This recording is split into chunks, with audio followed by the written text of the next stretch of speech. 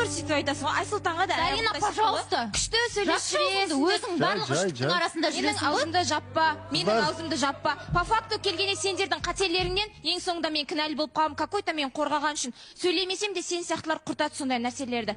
Өтіріктен күшті болып сөйлесесіңдер, ортақ доспыз, коллегамыз дейсіздер. Даже сіздерді ішетін суларыңызға шейін ортақ қой, алдына су тасып қалды деп отырсыздар. Бізбен бірге, біздің үйде тұрған кезде, бізбен подруга болып жүрген кезде, бізбен бірге су алмайтын ең ғой сен даже.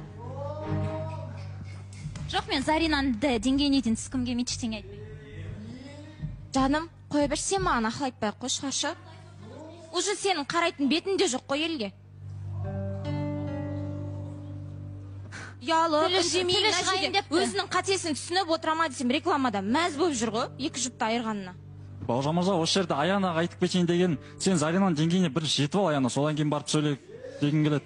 Және қараңыздаршы, мен эфирге келмей жүрдім, белгілі себептермен. Данияға хабарласып тұрмын, эфир қалай болды, не болды, үміткер қашан келеді деп, үміткер келуін тілеймін да, Даниярға эфирде болмасам да.